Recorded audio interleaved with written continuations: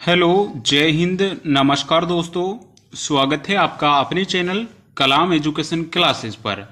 दोस्तों, हम इस क्लास में करने वाले हैं आरपीएफ व एनटीपीसी 2024 से संबंधित जीके जीएस का प्रैक्टिस सेट।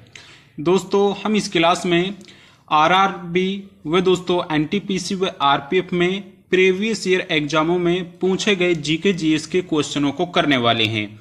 इसलिए दोस्तों क्लास को अंत तक देखना, क्योंकि क्लास आपके लिए बहुत ज्यादा इंपॉर्टेंट होने वाली है। दोस्तों, उससे पहले अगर आप आरपीएफ या रेलवे के किसी भी एग्जाम्स की तैयारी कर रहे हैं और दोस्तों आपको प्रीवियस ईयर क्वेश्चनों को सोल्व करना है, तो दोस्तों आपके लिए ये बुक्स दोस्तों बेस्ट रहने वाली है। दोस्तों, इसमें आपको चारों बुक्स दोस्तों मात्र 99 रुपीज में मिलने वाली है, जिनमें दोस्तों 9000 क्वेश्चनों से ज्यादा प्रीवियस ईयर रेलवे में पूछे गए प्रश्नों को दोस्तों इसमें संकलित किया गया है। इसमें दोस्तों आपको मैथ्स, रीजनिंग, जनरल स्टडीज व दोस्तों जनरल साइंस की बुक्स मिलने वाली है। मात्र दोस्तों 99 रुपीज में ये चारों बुक्स आपको मिल जाएंगी। अगर आपको इन चारों बुक्स की दोस्तों पीडीएफ चाहिए तो आप हमसे इस व्हाट्सएप नंबर पर मैसेज कर सकते हैं। हम आपको दोस्तों इनकी बुक्स की दोस्तों पीडीएफ प्रोवाइड करा देंगे। तो चलिए दोस्तों अपनी क्लास को शुरू करते हैं। दोस्तों, हमारी क्लास का पहला क्वेश्चन है, गंगा की निम्नलिखित में से कौन सी सहायक नदी सोनपुर के निकट पटना में मिलती है। दोस्तों, रेलवे में प्रीवियस ईयर एग्जाम में यह क्वेश्चन पूछा गया है। कौन सी नदी है दोस्तों जो दोस्तों सोनपुर के निकट गंगा नदी में मिलती है। राइट आंसर होगा दोस्तों इसका ऑप्शन ए दोस्तों गंडक नदी। दोस्तों गंडक नदी दोस्तों सोनपुर के निकट पटना में दोस्तों गंगा नदी में मिलती है। वहीं दोस्तों गंडक नदी को दोस्तों नारायणी नदी के नाम से भी जाना जाता है। कौन सी नदी दोस्तों? नारायणी नदी के नाम से भी दोस्तों गंडक नदी को जाना जाता है। दोस्तों गंडक नदी है दोस्तों नेपाल की एक प्रमुख नदी है, इसलिए दोस्तों गंडक नदी इंपॉर्टेंट हो जाती है। गंडक इसका बिल्कुल राइट आंसर हो जाएगा। नेक्स्ट क्वेश्चन है, गौतम बुद्ध को महापरिनिर्वाण कहां प्राप्त हुआ था। इंपॉर्टेंट है दोस्तों, लगभग हर एग्जाम में यह क्वेश्चन पूछा जाता है। गौतम बुद्ध को महापरिनिर्वाण दोस्तों कहां पर प्राप्त हुआ था। दोस्तों राइट आंसर होगा इसका ऑप्शन ए दोस्तों कुशीनगर। दोस्तों कुशीनगर में दोस्तों महात्मा गौतम बुद्ध की दोस्तों मृत्यु हुई थी और यही दोस्तों महापरिनिर्वाण कहलाया था। वहीं दोस्तों बात करें अगर हम सारनाथ की, तो दोस्तों पहला उपदेश दोस्तों महात्मा बुद्ध ने दोस्तों सारनाथ में दिया था। कहां पर दोस्तों? पहला उपदेश दोस्तों सारनाथ में दिया था। वहीं दोस्तों बोध गया में दोस्तों ज्ञान की प्राप्ति हुई थी।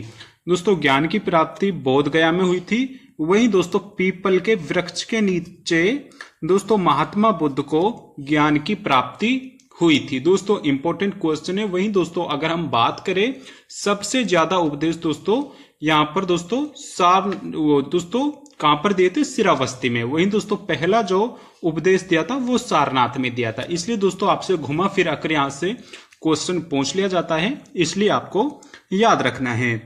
नेक्स्ट क्वेश्चन है, भारतीय संविधान का कौन सा अनुच्छेद नए राज्यों के गठन और मौजूदा राज्यों के क्षेत्रों, सीमाओं या नामों में परिवर्तन से संबंधित है। दोस्तों इंपॉर्टेंट क्वेश्चन है, कौन सा अनुच्छेद दोस्तों नए राज्यों के गठन और मौजूदा राज्यों के क्षेत्रों या सीमाओं में नामों से परिवर्तन से संबंधित है।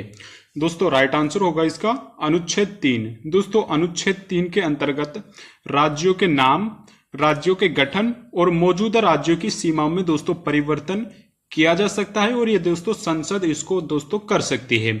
अनुच्छेद 3 इसका राइट आंसर हो जाएगा। वहीं दोस्तों अगर हम बात करें अनुच्छेद 330 की, तो दोस्तों SC ST के आरक्षण से संबंधित है।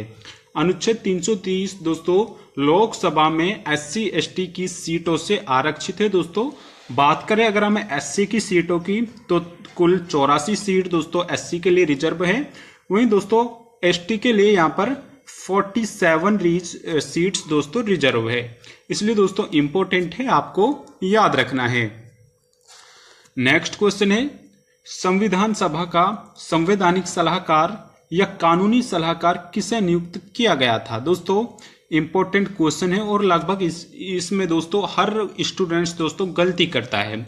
संविधान सभा का संवैधानिक सलाहकार, जिसे दोस्तों कानूनी सलाहकार किसे नियुक्त किया गया था? राइट आंसर होगा दोस्तों बी एन राव। दोस्तों बी एन राव दोस्तों भारतीय संविधान के दोस्तों कानूनी सलाहकार थे। वहीं दोस्तों अगर हम बात करें दोस्तों संविधान का पहला प्रारूप तैयार किसने किया था, तो दोस्तों जो संविधान का पहला प्रारूप तैयार किया था वो भी दोस्तों बी एन राव ने किया था। वहीं दोस्तों अगर हम बात करें दोस्तों जो प्रारूप समिति के अध्यक्ष थे वो दोस्तों भीमराव अंबेडकर थे। कौन थे दोस्तों? वो दोस्तों भीमराव अंबेडकर जी थे। वहीं दोस्तों जो कानूनी सलाहकार या प्रारूप दोस्तों संविधान का पहला प्रारूप तैयार किया था वो दोस्तों बी एन राव के द्वारा किया गया था, लेकिन जो प्रारूप समिति के अध्यक्ष थे वो भीमराव अंबेडकर थे। इसलिए दोस्तों आपको गलती बिल्कुल भी नहीं करनी है। चलिए नेक्स्ट क्वेश्चन की ओर बढ़ते हैं। नेक्स्ट क्वेश्चन है भारत देश को राष्ट्रीय उपभोक्ता दिवस के रूप में मनाता रहा है। इंपॉर्टेंट है दोस्तों, राष्ट्रीय उपभोक्ता दिवस कब मनाया जाता है? ऑप्शन है 24 दिसंबर, 10 दिसंबर, 3 दिसंबर या दोस्तों 21 दिसंबर।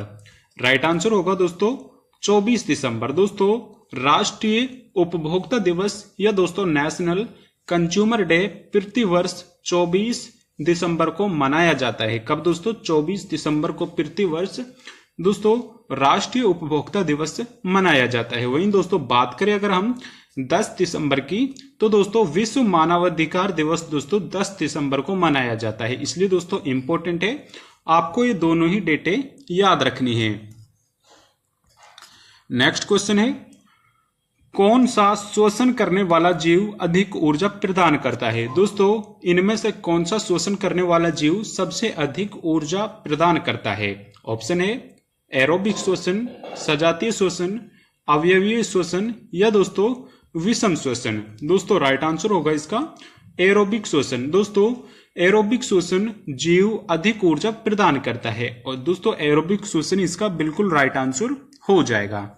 नेक्स्ट क्वेश्चन है लोकसभा का सभापति कौन होता है? दोस्तों इंपॉर्टेंट क्वेश्चन है, लोकसभा का सभापति इनमें से कौन होता है? राइट आंसर होगा लोकसभा अध्यक्ष।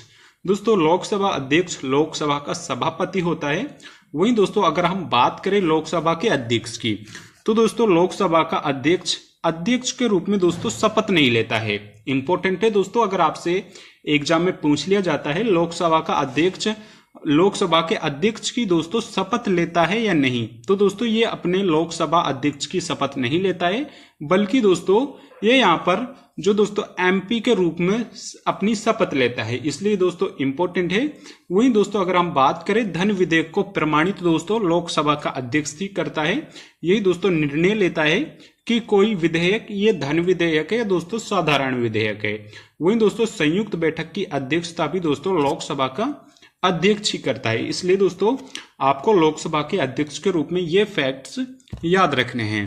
नेक्स्ट क्वेश्चन है आर्यभट्टीय पुस्तक किससे संबंधित है? दोस्तों इंपॉर्टेंट क्वेश्चन है, आर्यभट्टीय पुस्तक किससे संबंधित है? ऑप्शन है दवा से, व्याकरण से, शल्य चिकित्सा से या दोस्तों खगोल विज्ञान से। राइट आंसर होगा दोस्तों खगोल विज्ञान। दोस्तों आर्यभट्टीय पुस्तक दोस्तों ये दोस्तों खगोल विज्ञान से संबंधित है।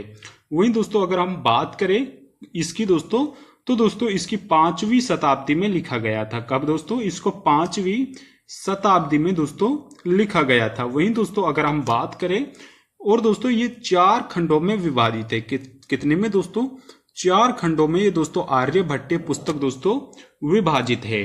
वहीं दोस्तों अगर हम बात करें शल्य चिकित्सा की, तो दोस्तों शल्य चिकित्सा के जनक के रूप में दोस्तों सुश्रुत को जाना जाता है। किसे दोस्तों? सुश्रुत को। इसलिए आपको ये अलग से फैक्ट्स भी याद रखने हैं। नेक्स्ट क्वेश्चन है चक्रवाती तूफान के दौरान समुद्र तल में आए असामान्य वृद्धि को डैश के रूप में जाना जाता है। दोस्तों चक्रवाती तूफान के दौरान समुद्र तल में असामान्य वृद्धि को किसके रूप में जाना जाता है? राइट आंसर होगा दोस्तों तूफानी लहर। इसको तूफानी लहर के रूप में जाना जाता है। नेक्स्ट क्वेश्चन है भारतीय संविधान का भाग 5 किससे संबंधित है? इंपॉर्टेंट है दोस्तों, भारतीय संविधान का भाग 5 किससे संबंधित है? राइट आंसर होगा दोस्तों संघ। दोस्तों भाग 5 दोस्तों संघ से संबंधित है। वहीं अगर हम दोस्तों बात करें चुनाव की, तो दोस्तों भाग 15 से चुनाव संबंधित है। वहीं दोस्तों पंचायत दोस्तों भाग 9, इसमें दोस्तों इसका जिक्र किया हुआ है। वहीं दोस्तों मौलिक कर्तव्य दोस्तों आर्टिकल 4A में दोस्तों इनका संबंध है। वहीं दोस्तों बात करें अगर हम संघ की दोस्तों ये भाग 5 से संबंधित है। आपको याद रखना है चुनाव भाग 15, पंचायत भाग 9, संघ भाग 5, वहीं मौलिक कर्तव्य भाग 4A दोस्तों इंपॉर्टेंट है, चारों ही आपको याद रखने हैं। नेक्स्ट है 1931 में आयोजित दूसरे गोलमेज सम्मेलन में निम्नलिखित में से किस स्वतंत्रता सेनानी ने कांग्रेस का प्रतिनिधित्व किया था। इंपॉर्टेंट क्वेश्चन है। 1931 में आयोजित दूसरे गोलमेज सम्मेलन में कांग्रेस की ओर से किसके द्वारा भाग लिया गया था। राइट आंसर होगा दोस्तों महात्मा गांधी। दोस्तों महात्मा गांधी ने 1931 के दूसरे गोलमेज सम्मेलन में भाग लिया था।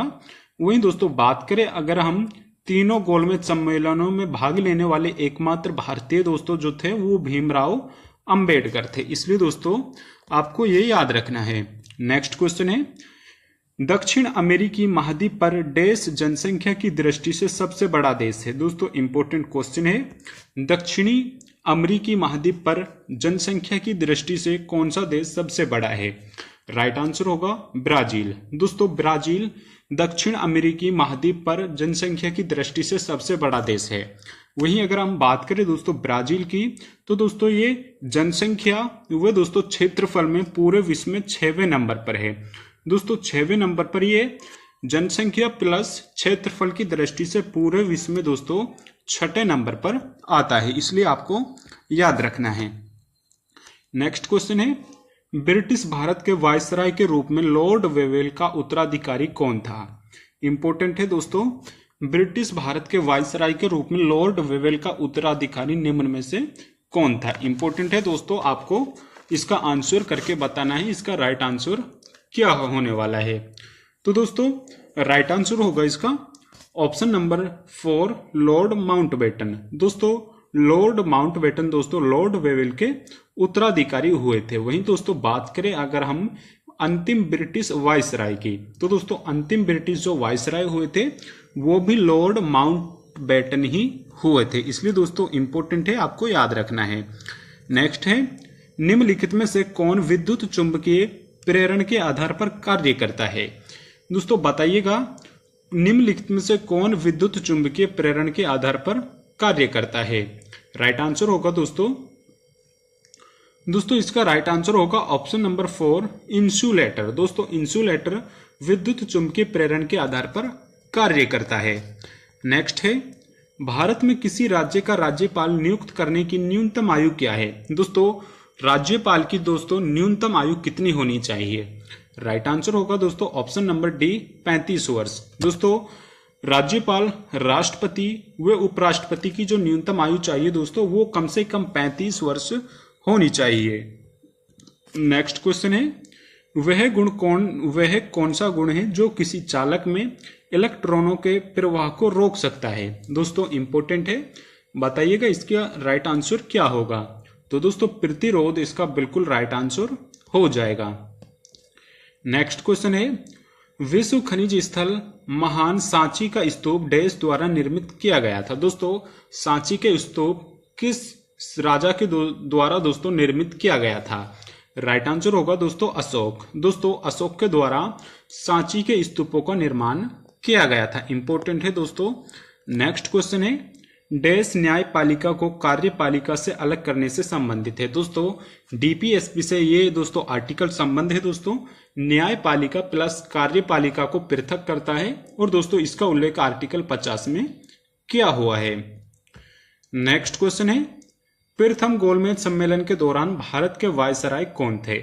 इंपॉर्टेंट है दोस्तों प्रथम गोलमेज सम्मेलन के दौरान भारत के वायसराय निम्न में से कौन थे। राइट आंसर होगा दोस्तों ऑप्शन नंबर 2 दोस्तों लॉर्ड इरविन। दोस्तों पहला जो गोलमेज सम्मेलन आयोजित किया गया था वो 1930 में किया गया था और इस समय भारत के वायसराय लॉर्ड इरविन थे। दोस्तों हमारी क्लास का अंतिम क्वेश्चन है निम्नलिखित में से कौन जिम्नास्टिक से संबंधित है। दोस्तों इसका आंसर आपको कमेंट बॉक्स में करके बताना है। वहीं दोस्तों अगर आपको क्लास पसंद आई है तो इसको एक लाइक जरूर करिएगा। वे चैनल पर नए हैं तो चैनल को सब्सक्राइब भी जरूर कर लीजिएगा। धन्यवाद।